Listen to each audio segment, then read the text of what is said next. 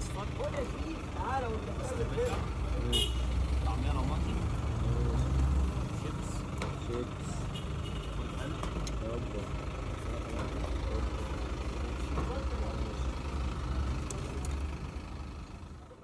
تعال اقول لك بقى الناس دي بتفطر ايه. قرب كده.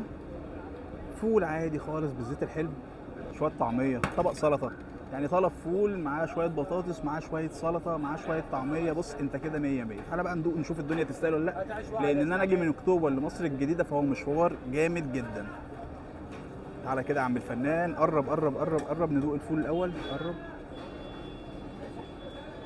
طلب الفول بينزل سلطه والفول والعيش فقط لا غير. بسم الله ندوق كده الاول. قرب كده يا مصور. قرب قرب قرب قرب قرب قرب قرب.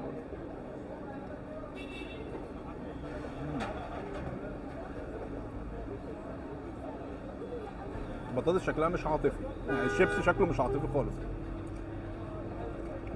تعال نشوف الجمبري، لان مكان واحد بس هي اللي مشهور عنده، انتوا عارفينه. قرب كده. بص عامله ازاي، عامله زي القرنبيط. المفروض تبقى يعني ما تبقاش لازقه في بعض كده، فدي ممكن نغمسها في البابا غنوج.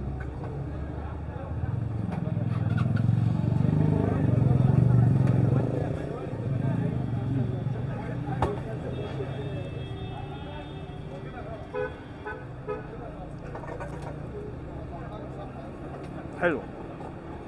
خلي الطعميه الصغيره دي انا مفتقدها جدا، بقالي كتير قوي ما شفتهاش، اللي مقرمشه من بره وتبقى طريه من جوه. طلعوا سكان مصر الجديده بيفطروا فطار عادي، فول وطعميه وبطاطس بابا غنوج، الدنيا بسيطه، الدنيا هاديه، والاسعار لذيذه جدا.